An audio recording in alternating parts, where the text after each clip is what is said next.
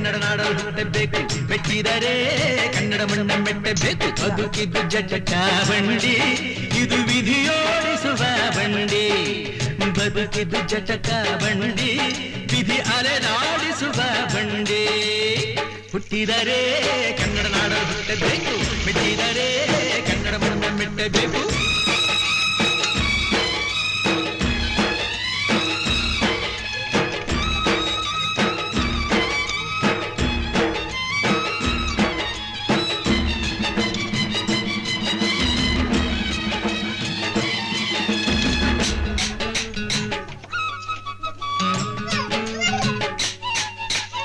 ಕಾಶಿಲಿ ಸ್ನಾನ ಮಾಡು, ಕಾಶ್ಮೀರ ಸುತ್ತಿ ನೋಡು, ಜೋಗ